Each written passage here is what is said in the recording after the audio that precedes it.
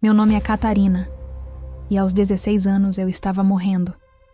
Pelo menos, era o que o tumor raro e agressivo alojado na minha glândula adrenal esquerda prometia. Por isso, me encontrava ali, deitada na frieza de uma mesa cirúrgica na minha Bulgária natal. A última coisa de que me lembro é do anestesista falando comigo com uma voz suave e distante. Não houve contagem regressiva, nem a sensação de sono chegando. Houve apenas um estalo. Num instante, eu estava deitada. No instante seguinte, eu flutuava. Lá embaixo, meu corpo de 16 anos parecia pequeno e estranhamente insignificante. Mas o que me chocou foi o espaço ao meu redor. A sala de cirurgia, que antes me parecia claustrofóbica, havia se expandido para cima, o teto se esticando até alcançar as proporções de uma catedral. Não era algo religioso, mas a vastidão e a arquitetura impossível daquilo me fizeram pensar. Isto não é real. Fisicamente não é assim. Eu flutuava em um silêncio pacífico, observando tudo. Vi um médico mais velho, um senhor de cabelos grisalhos, entrar na sala e se surpreender ao me ver já desacordada. "Ah, ela já está inconsciente", ele murmurou, mais para si mesmo do que para a equipe. Ele esperava me encontrar acordada. Logo, a sala se encheu. Era uma cirurgia rara, um espetáculo para a medicina. Havia professores, alunos, estagiários, todos ali. Um mar de rostos curiosos e tensos ao redor do meu corpo inerte. Mas eu, de cima, não sentia tensão. Pelo contrário, uma onda de harmonia e bem-estar me envolveu. Era um estado de êxtase, uma paz que eu nunca havia conhecido em minha curta e conturbada vida. Olhei para o meu corpo e não senti nada, nem pena, nem apego. Era como olhar para um casaco velho ou um par de sapatos que eu não usaria mais. Um objeto. Naquele momento eu soube, com uma certeza absoluta, aquilo não era eu. Observei enquanto me viravam de lado, amarrando meu corpo à mesa. Vi o primeiro corte do bisturi. E então, algo novo começou. Ao olhar para cada pessoa na sala, eu não via apenas seus rostos.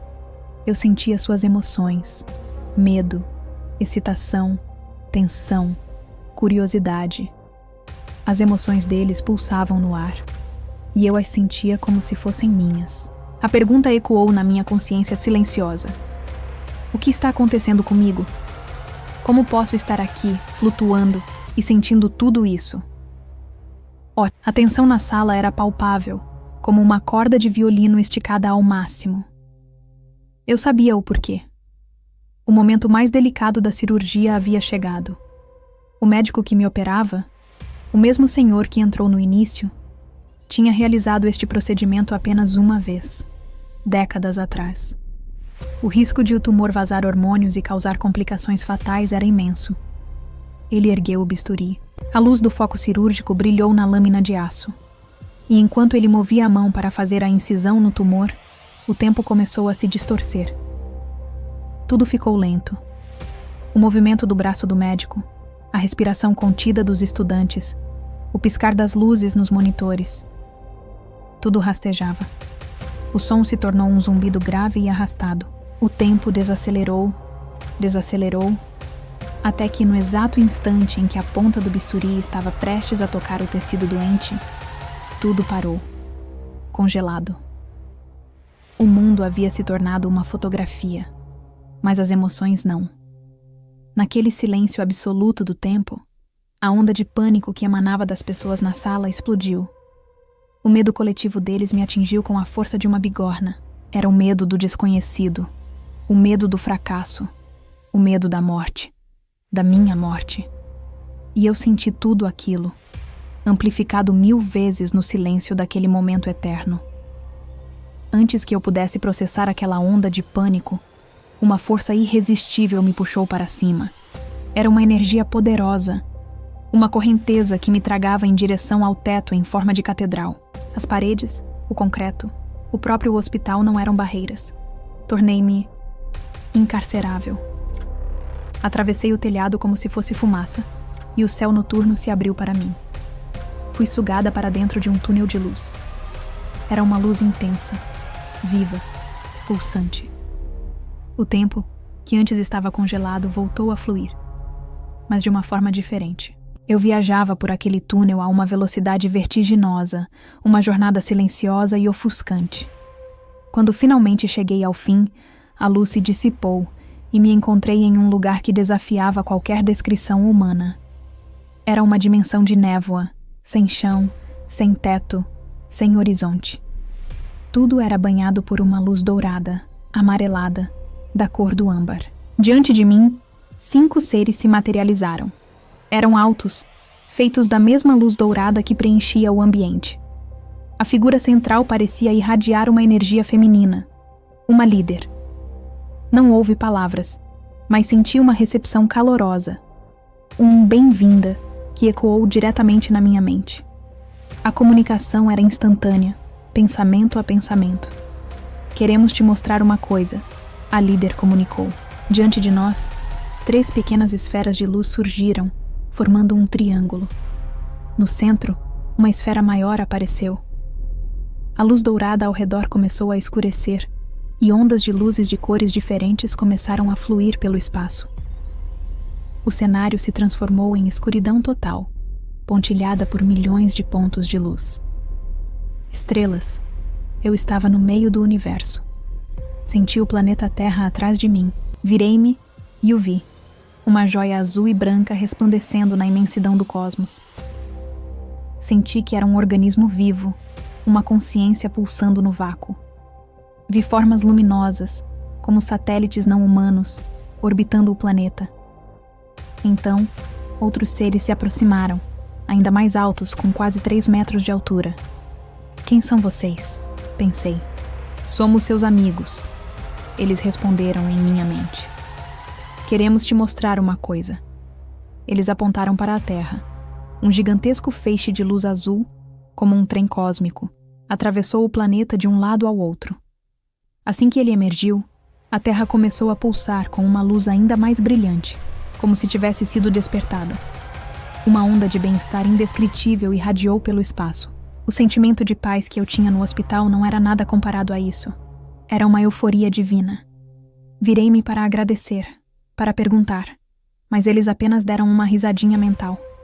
E mais uma vez, fui puxada, tragada de volta para a dimensão de neblina. Quando retornei à névoa dourada, os 5 seres haviam partido. Em seu lugar, estavam 2 consciências jovens, com a aparência de um menino de 14 anos e outro de 7. Vem, queremos te mostrar algo também. Eles comunicaram, suas mentes cheias de uma energia brincalhona. Diante de nós, um portal de energia se abriu, faiscando como nos filmes do Doutor Estranho. Atravessei e me vi em um lugar completamente diferente. Havia uma montanha enorme e um lago cristalino. As árvores tinham as cores do início do outono. E então, o tempo acelerou novamente. Como num filme em time-lapse, vi as folhas caírem, o inverno chegar com uma nevasca avassaladora, o lago congelar. Vi a neve derreter, as flores da primavera desabrocharem e o verde do verão tomar conta de tudo. As estações passaram em questão de segundos. Em um dia específico, tudo parou, e o tempo voltou ao normal. Os 2 jovens espíritos me guiaram para perto da montanha. Um homem de uns 45 anos se aproximava, montado num cavalo que puxava uma pequena charrete. Ele era um camponês, e a tristeza em seu rosto era profunda. Uma força natural me puxou em direção a ele. Sem que eu pudesse controlar, minha consciência se fundiu à dele. Eu entrei dentro dele. De repente, eu via através de seus olhos, sentia o cansaço em seus músculos, o peso da decepção em seu coração. Instantaneamente, eu sabia tudo sobre ele. Tinha uma esposa e 8 filhos. Falava alemão e um pouco de francês. Tinha passado dias fora de casa tentando vender seus produtos. Sem sucesso. Cavalgamos em direção a uma cidade. Era uma cidade medieval, mas não como as dos filmes. As ruas eram lama e excrementos. Crianças sujas corriam sem calças. Uma mulher idosa, sem dentes e com um olhar vazio, tentou nos vender algo. O cheiro, a visão, a miséria. Era tudo opressivo. Chegamos à praça principal onde toda a população estava reunida. Soldados com armaduras estranhas formavam um cordão de isolamento ao redor de uma forca recém-construída. E então, ele viu. Eu vi. Um dos prisioneiros, com a corda já no pescoço, era seu filho de 14 anos. Um grito de desespero rasgou seu peito. Ele saltou da charrete e correu, um louco tentando parar o impensável. Um soldado se moveu rapidamente e senti uma dor fria e aguda no peito quando a lâmina da espada me atravessou.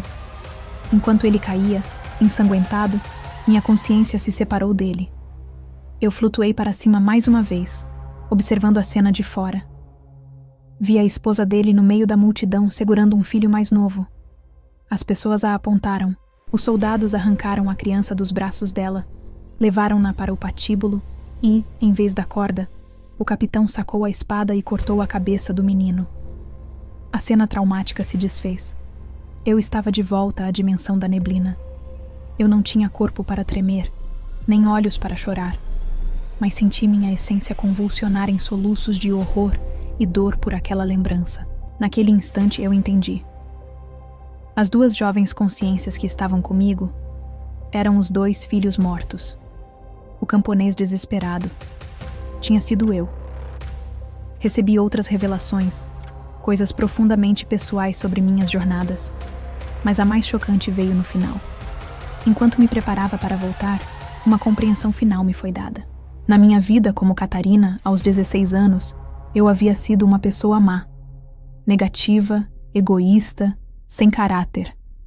O plano original era que eu morresse naquela mesa de cirurgia.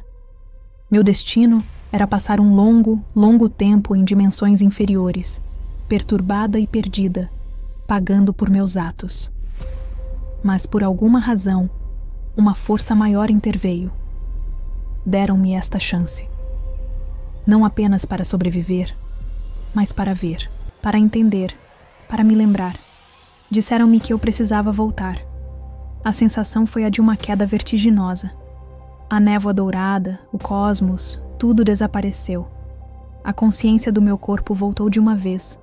O som dos monitores, o cheiro de antisséptico, a dor aguda da incisão. Eu abri os olhos.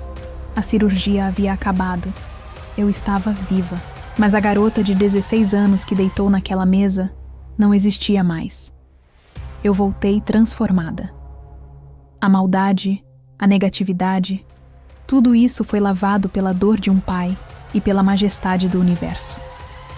Ao longo dos anos, outras memórias de vidas passadas vieram a mim naturalmente.